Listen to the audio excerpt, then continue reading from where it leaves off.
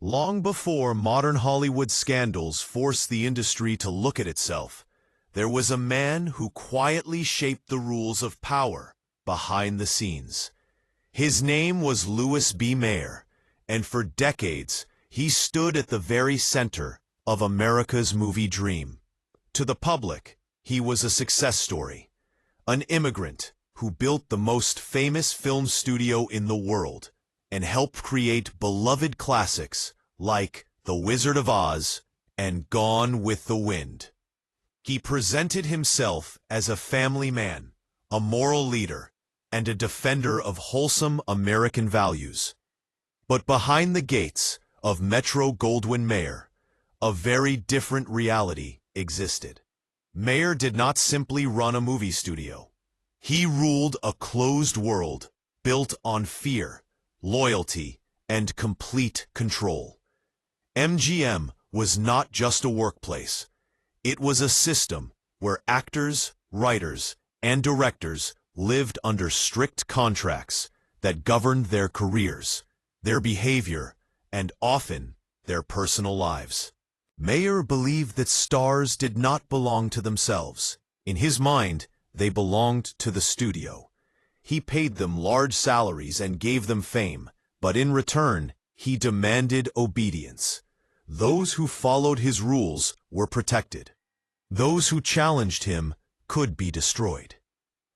Many later accounts describe a man who used emotional pressure, humiliation, and threats to maintain his authority. He could praise a performer one day and crush them the next. His anger was well known, and his approval was everything. Mayer's power was not just financial, it was cultural. He controlled public image, press coverage, and studio publicity, shaping how audiences saw Hollywood and how Hollywood saw itself. This control allowed him to hide uncomfortable truths and silence those who might speak out. While modern comparisons are often made to later figures, Mayer's system was older, deeper, and legally protected by the studio contract system of the era. It thrived in a time when stars had few rights and little protection. Understanding Mayer means understanding how Hollywood learned to protect power at all costs. To understand why Louis B. Mayer ruled the way he did, it is important to look at where he came from. Mayer was born as Lazar Mayer in the late 1800s to a poor Jewish family in the Russian Empire. His early life was marked by struggle, insecurity, and constant fear of loss. His family later moved to Canada, where life did not become easier. Poverty followed them, and young Mayer was forced to grow up quickly. He left school at an early age to help support his family, taking on adult responsibility while still a child. This experience shaped him deeply. According to people who knew him later in life, Mayer developed a strong belief that the world was harsh and unforgiving, and that only strength and control could protect a person from being crushed by it. He admired order and feared chaos. As a young man, he worked hard in small businesses before discovering the growing world of motion pictures. He opened and improved rundown theaters, learning how to attract audiences by selling respectability and moral comfort. Mayer understood something important very early. People wanted to believe in clean stories, happy endings, and clear values. When he moved into film production, he carried this lesson with him. At MGM, Mayer insisted that the studio promote family values, discipline, and a perfect public image.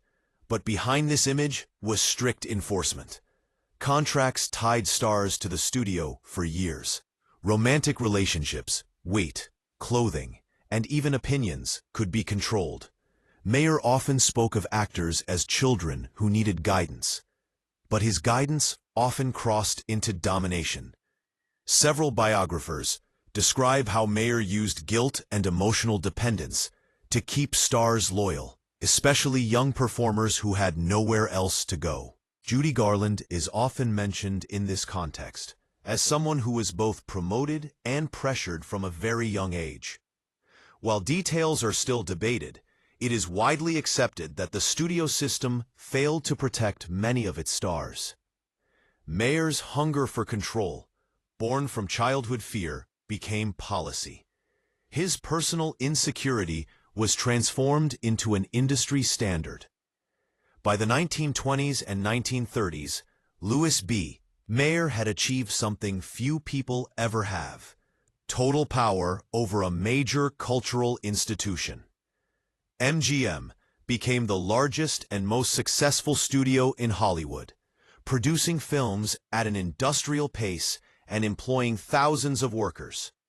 The studio grounds in Culver City functioned like a small city, complete with its own services and security. Mayer's authority was rarely questioned. He approved budgets, controlled contracts, and made final decisions on careers. Actors who angered him could be suspended or quietly removed from projects. Those who pleased him were rewarded with prestige and protection. This system worked because it was legal, normalized, and hidden behind glamour. Audiences saw smiles, romance, and musical numbers, not the pressure and fear behind the scenes. Mayer believed he was building something noble, and in his own mind, the ends justified the means.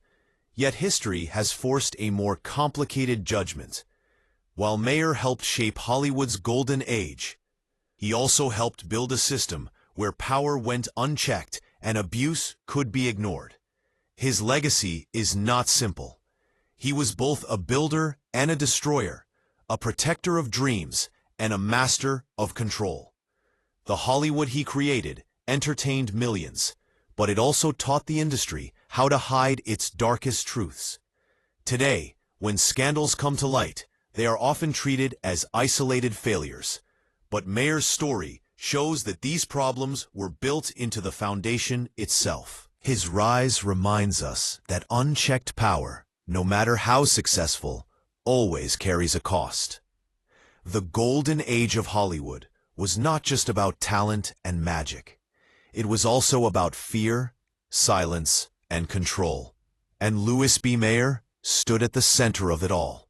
Louis B. Mayer did not see Hollywood as a place of magic or chance. To him, it was a carefully organized system, almost like a factory, where success was not discovered, but created. Mayer openly rejected the romantic idea that a star was born. He believed stars were built, step by step, through planning, control, and discipline. What he searched for was not talent or personality, but a face that looked good on camera. If someone had the right look, he believed the studio could create everything else. Acting skills could be taught, public images could be shaped, and personal histories could be rewritten. Under Mayer's leadership, Metro-Goldwyn-Mayer became the most powerful studio in Hollywood, and its stars became symbols of beauty, success, and perfection for audiences around the world. But behind that polished image was a system that demanded total obedience from the people inside it. Once a young actor or actress was selected by MGM, their transformation began immediately. The studio controlled how they dressed, how they spoke, how they moved, and even how they behaved in public. Coaches were hired to teach manners, posture, and speech. Stylists worked to create a signature look, while publicists invented life stories that sounded appealing and respectable. Names were changed, accents were erased, and personal flaws were hidden from the public. Mayer believed that movie stars should appear almost unreal, like perfect figures, living above ordinary life. The studio created an illusion that these stars lived in a special world, untouched by normal problems. Audiences loved this fantasy, and MGM made enormous profits selling it. But for the people living behind that illusion, the cost was very high. Signing a contract with MGM meant giving up control of one's life. These contracts often lasted 3 to 7 years and could be extended at the studio's choice. During that time, actors could not choose their roles, their working hours, or even their personal relationships. The studio decided everything. One of the most powerful tools in these contracts was the morals clause. This clause allowed the studio to punish or dismiss an actor if their behavior was seen as damaging to the studio's image. The rules were unclear on purpose, which meant actors lived in constant fear. A rumor, a relationship, or even a personal disagreement could be enough to put their career at risk. This fear kept actors obedient and silent, even when they felt mistreated. Mayer called MGM a family, and he presented himself as a caring father figure. He used warm language and spoke about loyalty, gratitude, and protection. But this family had strict rules, and disobedience was not tolerated. Mayer believed that because the studio made stars famous and wealthy, it owned them completely. He involved himself in every part of their lives. He controlled diets, often forcing actors, especially young women, to eat very little to maintain a certain appearance. Weight gain was treated as a serious offense. He also interfered in friendships and romantic relationships, sometimes arranging public romances to improve an actor's image, and other times forbidding relationships that did not fit the studio's plans. This level of control created an atmosphere of constant pressure. Many actors felt grateful for their success, but also trapped by it. They feared speaking out because Mayer had the power to end their careers, not just at MGM, but across Hollywood. At that time, studios worked closely together, and being labeled difficult could mean being shut out of the industry completely. This system rewarded silence and punished resistance. While audiences admired the glamour of the golden age of Hollywood, few understood how much fear and control were used to maintain it. Mayer's system was not hidden. It was accepted as the normal way Hollywood operated. Power was concentrated in the hands of a few studio heads, and actors had little protection.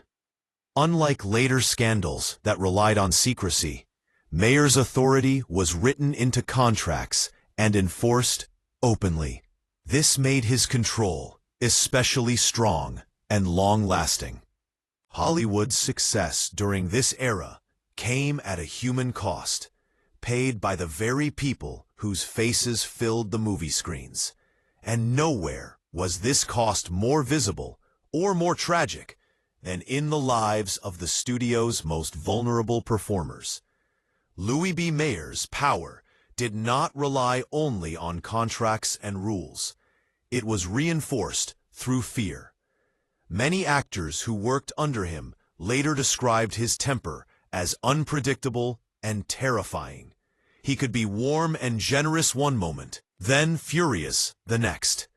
This unpredictability kept people off balance. No one knew when they might anger him, and that uncertainty made people careful about every word and action. Mayer's anger was not just emotional, it was a tool. When he felt his authority was challenged, he responded in ways meant to send a message to everyone else watching. Stories from the MGM lot describe how Mayer publicly humiliated actors and staff who displeased him. Yelling, insults, and threats were common. Careers could be damaged overnight. Roles could be taken away. Contracts could be suspended, leaving actors without income but still legally bound to the studio. This kind of punishment did not need to happen often to be effective. The knowledge that it could happen was enough. People learned quickly that survival at MGM depended on obedience. One often cited story involves actress Betty Garrett, who reportedly tried to challenge the terms of her long contract. According to accounts, her attempt to assert herself was met not with discussion, but with rage. The incident became widely known on the studio lot, and its impact was immediate. Whether every detail was recorded or not, the message was clear to those who heard it. Standing up to Mayer was dangerous. Stories like this spread quickly in Hollywood, reinforcing the idea that resistance was not worth the risk. Mayer also maintained control by knowing everything about his stars. The studio kept detailed files on actors' personal lives, habits, and vulnerabilities. This information was used to manage public images, but it also gave Mayer leverage. Secrets became tools. If an actor stepped out of line, they knew their private life could suddenly become public. This constant surveillance created deep anxiety. Actors learned to hide their true selves, even from friends, for fear of being reported or misunderstood. Despite this, many actors felt conflicted. Mayer did make people famous. He provided financial security in an uncertain industry. For immigrants and young performers from poor backgrounds, MGM offered opportunities they could not find elsewhere.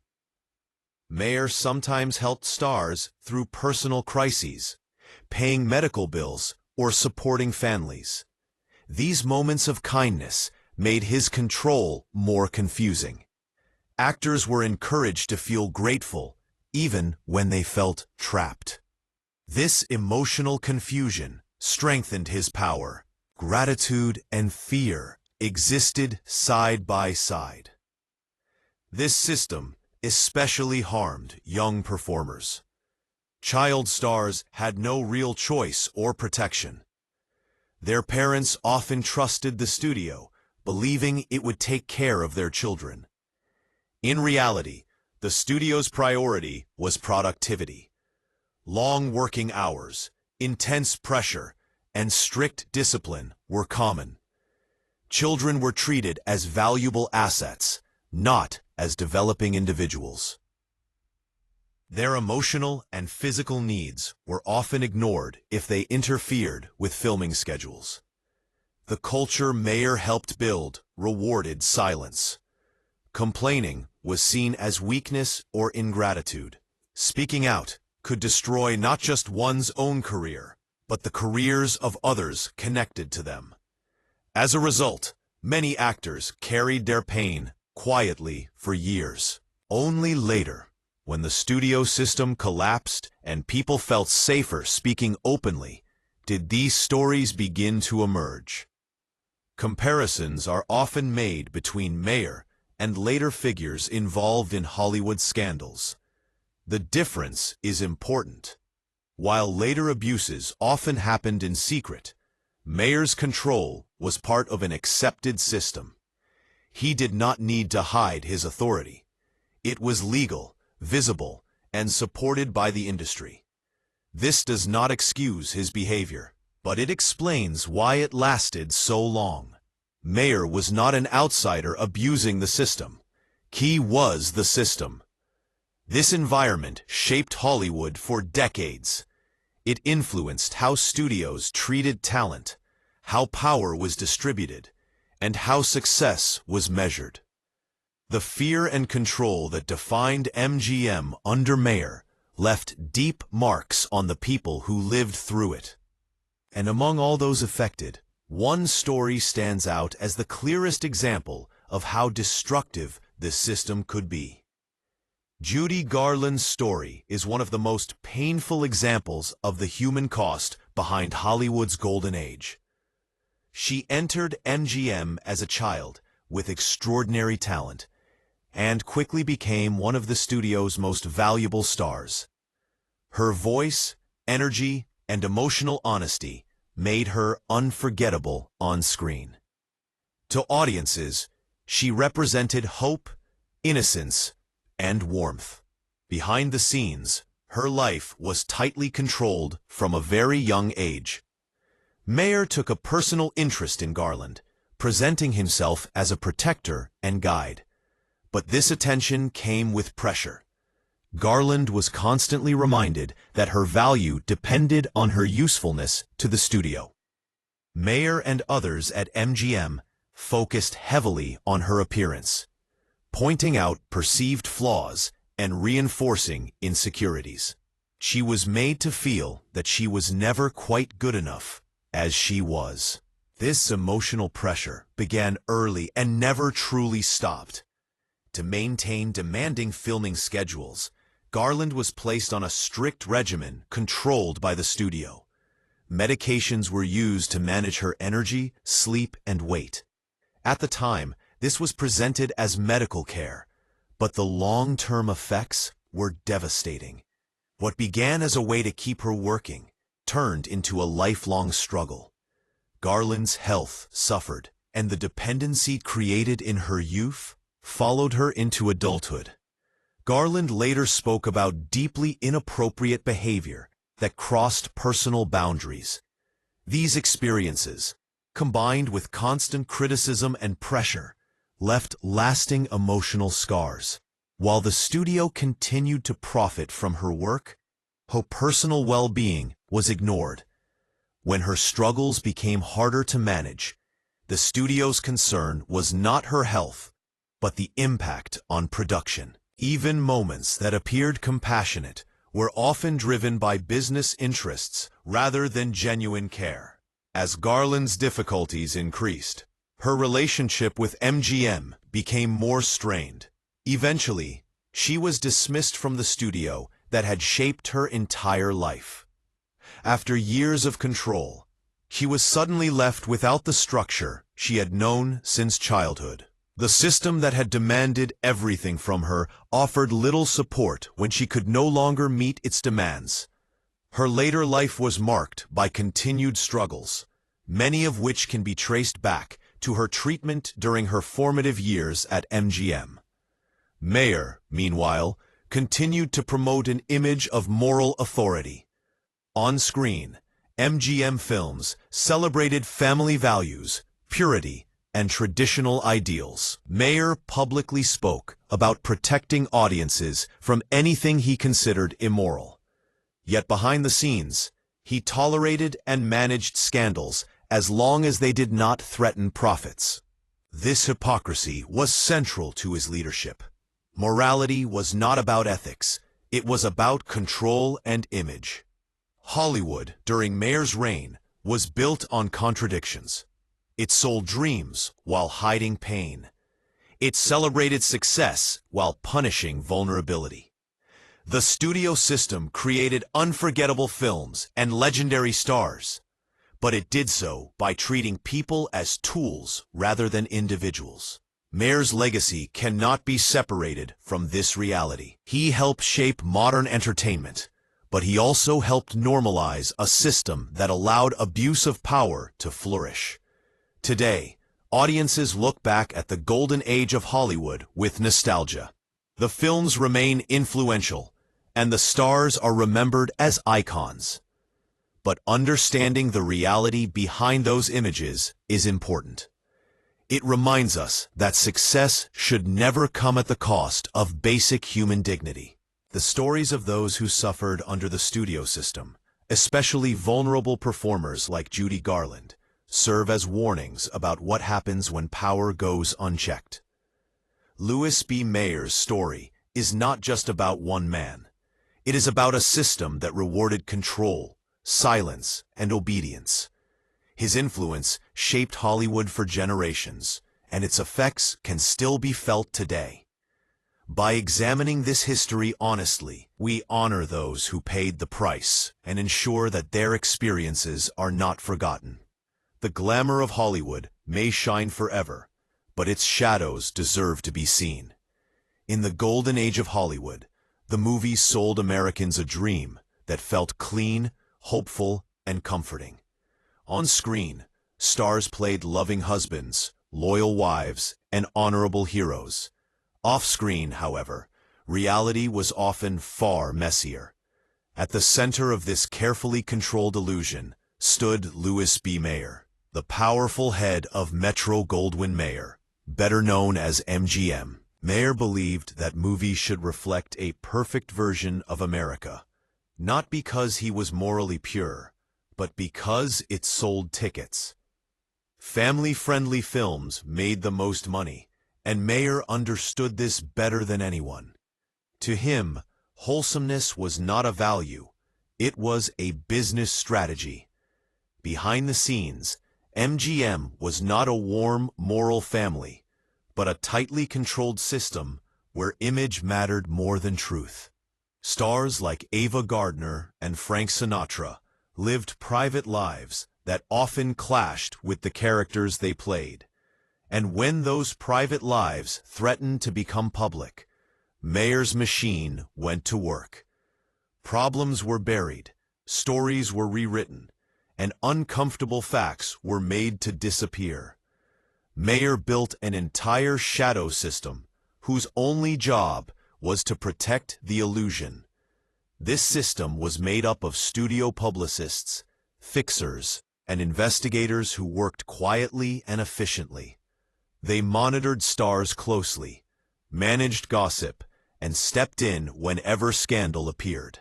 If a marriage failed, it was reframed as an amicable separation. If a star drank too much or behaved recklessly, it was hidden behind carefully staged public appearances. If something darker happened, the goal was simple: make sure the public never knew. Mayer believed that stars did not own their own lives. He referred to them as his children and called himself Daddy. But this was not a term of love. It was a reminder of power. Contracts were strict, behavior was monitored, and disobedience could destroy a career overnight. This system created fear, loyalty, and silence. One of the most famous stories tied to Mayer's reputation involves Clark Gable, the biggest star in Hollywood at the time. For decades, a rumor has circulated that Gable was involved in a fatal hit-and-run accident, and that MGM helped cover it up. There is no solid proof, no court record, and no confirmed evidence that this story is true. What matters, however, is not whether it happened, but that so many people believed it could have happened. The rumor itself shows how powerful Mayer's reputation was. People believed that if anyone could make a tragedy disappear, it was him. According to the story, a studio employee took the blame, and his family was quietly supported in return for silence. Again, this remains unproven, but it reflects how Hollywood insiders viewed Mayer's reach. His studio even had private security teams who sometimes arrived at incidents before the police, allowing MGM to control information from the very beginning. This was the dark engine behind the Dream Factory. Mayer did not just sell stories, he controlled reality. His power over scandal became the model for Hollywood behavior for decades to come. The illusion always came first, no matter the cost. While Mayer worked tirelessly to hide Hollywood's flaws, he also worked just as hard to elevate its status. In the early days of film, movies were seen as cheap entertainment, not serious art. Mayer wanted to change that, not out of love for creativity, but because prestige brought power. His greatest move in shaping Hollywood's image came with the creation of the Academy of Motion Picture Arts and Sciences and the Academy Awards. Mayer was one of the driving forces behind the Academy's founding, presenting it as a way to honor excellence and bring peace to a competitive industry. Publicly, it looked noble and inspiring. Privately, it was a masterstroke of publicity. Mayer understood that nothing generated attention like awards, and nothing created loyalty like recognition. By helping to create the Oscars, he helped create an official system that decided who mattered and who did not. The first ceremony in 1929 was small and quiet, but its purpose was clear. It allowed Hollywood to celebrate itself, control its own narrative, and keep the spotlight firmly on its stars. The golden statue, later nicknamed Oscar, became the ultimate symbol of success. Winning one could define a career forever. Through the Academy, Mayer gained influence not only over who became famous, but who became immortalized. At the same time, his personal wealth reached levels that were unheard of in American history. During the Great Depression, when millions of Americans struggled to survive, Mayer became the highest-paid executive in the country. Starting in 1937, and for 9 straight years, he earned about $1.3 million annually. Adjusted for today, that would equal more than $27 million a year. No other business leader in any industry earned that much. This wealth gave Mayer extraordinary freedom. He could offer salaries no other studio could match, drawing the biggest stars into MGM's orbit. Actors like Norma Shearer, William Powell, and Myrna Loy wanted to work there because MGM offered not just money, but security. Mayer understood that loyalty could be bought, and he had the deepest pockets in Hollywood. His financial power also protected him from failure. If a film went over budget or struggled at the box office, it did not threaten his position. He trusted his instincts, often approving massive productions based on little more than a basic idea. This confidence came from knowing that his empire was too big to fall easily. Money gave him authority. Authority gave him control, and control reinforced his belief that he was always right. Mayer was not just running a studio, he was shaping an entire culture. Through glamour, awards, and wealth, he turned Hollywood into a self-celebrating system that rewarded obedience and punished rebellion. The Oscars were not just trophies, they were tools. They helped ensure that Hollywood's stories about itself were just as powerful as the ones it projected onto movie screens around the world. While Mayer built a public image around family values, stability, and tradition, his private life told a very different story. At home, the man who played the role of a caring father figure to his stars ruled with fear and control. In 1904, long before he became a Hollywood titan, Mayer married Margaret Schenberg. She remained by his side for 43 years as his power grew. But the success that brought him fame also pulled him away from his family. Margaret wanted a quiet home life focused on their children. Mayer's idea of family expanded to include the entire MGM studio.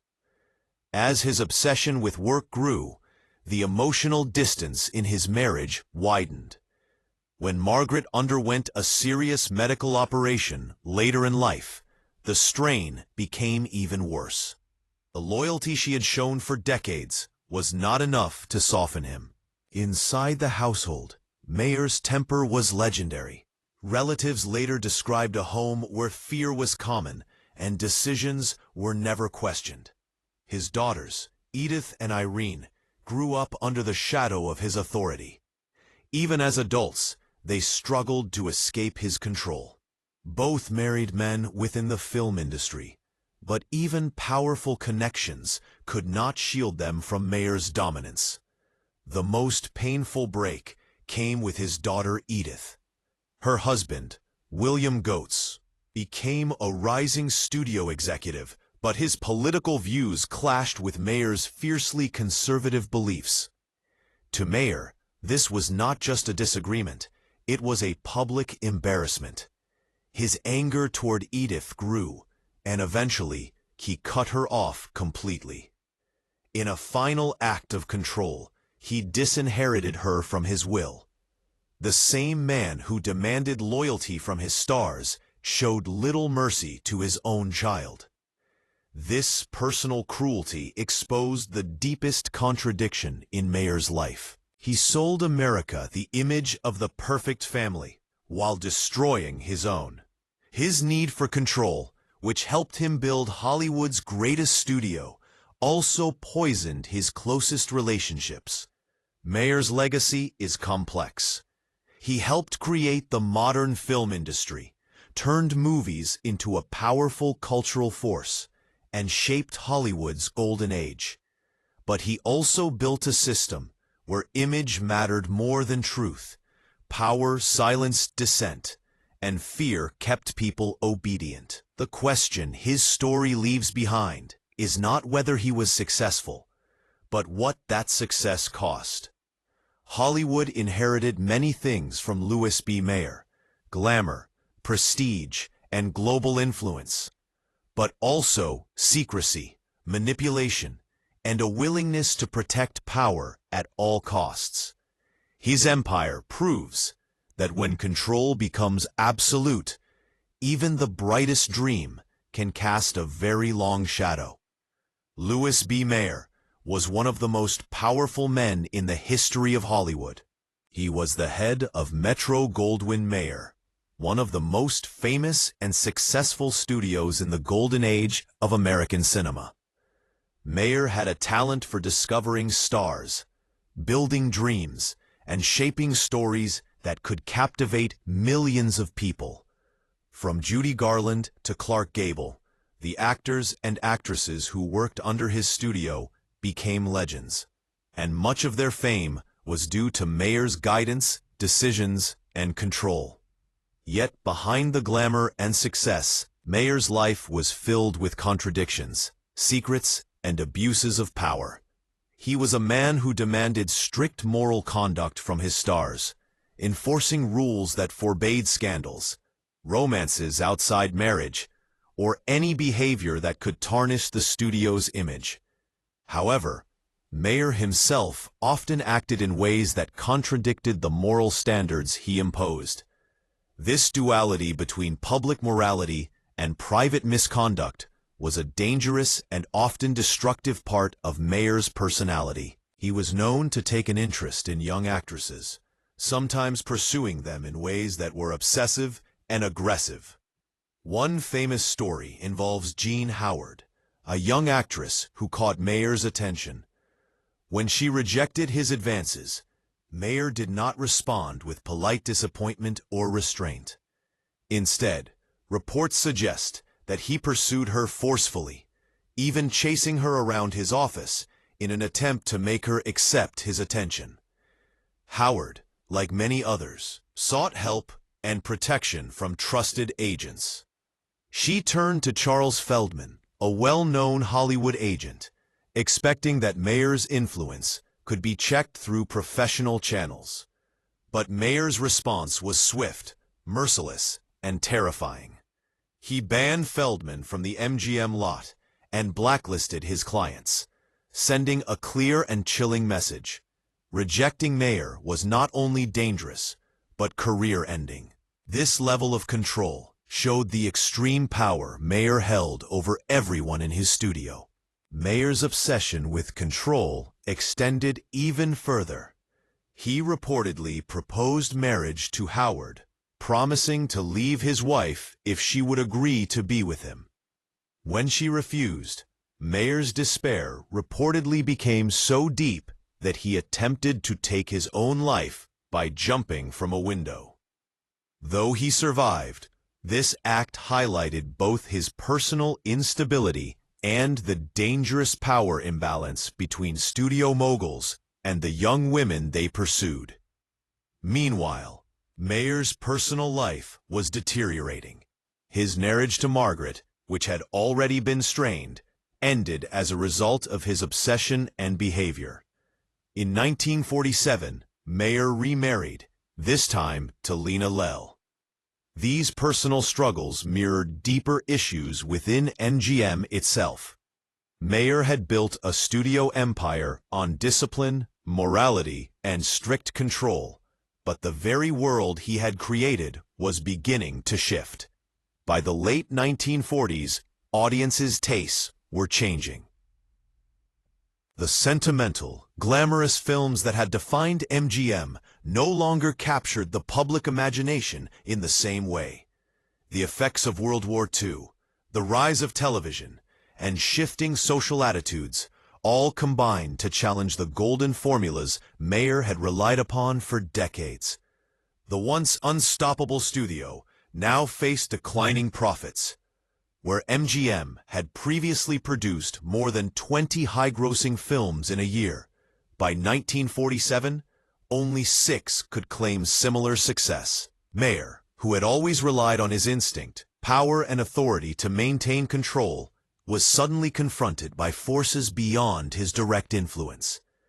It was during this time that the studio's parent company, headed by Nicholas Schenck in New York, sought a new visionary to guide MGM through this turbulent period. They brought in Dor Sherry, a young, intelligent executive who believed in realistic, socially conscious films. Sherry's arrival created tension almost immediately. He represented a new philosophy that clashed with Mayer's old ways. Mayer was devoted to glamorous escapism, storytelling that presented beautiful images, happy endings, and fantasy worlds.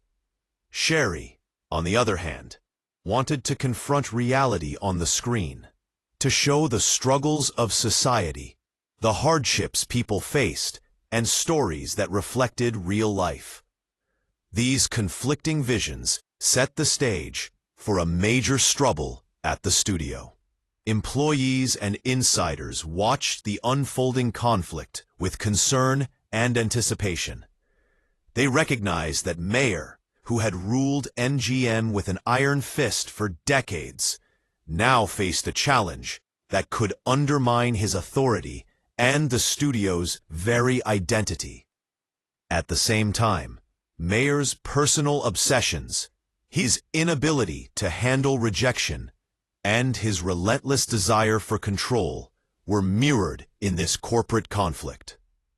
The man who had once dominated Hollywood now found himself in unfamiliar territory, where power was being contested, and his instincts alone were no longer sufficient.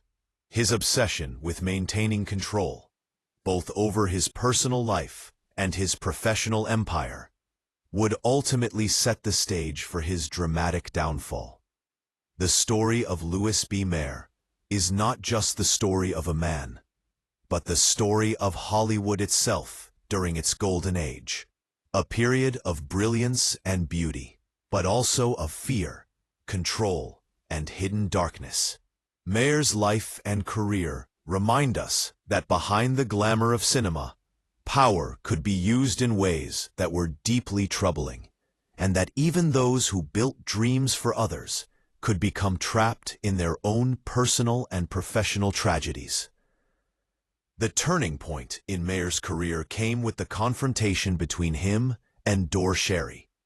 For years, Mayer had ruled MGM as an unchallenged authority. He was accustomed to absolute control, to making decisions without opposition, and to seeing his vision reflected on the screen without question. Sherry's independent ideas and progressive approach represented a threat Mayer could not tolerate. He viewed Sherry's style not only as a challenge to the studio's profitability, but also as a personal betrayal. Mayer, who had always believed in his unique vision and instincts, could not accept that someone else might hold a better understanding of audience tastes in a changing world. Over 3 years, the tension between Mayer and Sherry created an unsustainable division within MGM. Employees and creative talent were caught in the middle, witnessing the clash of old and new philosophies. The studio was no longer a place of united creativity, but a battlefield for competing visions. Eventually, Mayer decided to force the issue. Believing that his legendary status and previous achievements made him untouchable, he issued an ultimatum to Nicholas Schenck: Either Sherry would be removed or Mayer would step down. Mayer's belief in his own invincibility proved to be his critical mistake. Schenck, focused on the bottom line and the future of MGM, accepted the challenge calmly. Mayer, who had expected to maintain control, suddenly faced a reality he could not dominate. His reign, which had seemed permanent and unassailable, came to an abrupt end. Mayer's departure from MGM was dramatic and theatrical, a final act befitting the king he had always imagined himself to be. A red carpet was rolled out, and hundreds of employees lined the streets to applaud him as he walked to his car. While the gesture appeared respectful and celebratory, it masked the underlying truth. Mayer had lost everything he had built, and the era he represented was over. His empire, carefully constructed over decades, was now in the hands of a new generation of executives who did not share his vision or methods. This transition was not merely professional, it was deeply personal. Mayer had built his identity around his control over MGM, his power over stars, and his influence in Hollywood. To lose that control was to lose a part of himself. His attempts to create an independent studio failed because the industry had changed. Former allies, who had once feared his temper and ego, were no longer willing to work with him. Producers, directors, and actors recognized Mayer as a relic of a bygone era, rather than a force who could shape the future of Hollywood. Even a hostile takeover attempt, in which Mayer tried to buy enough stock to regain control, ended in humiliation when shareholders didn't want him.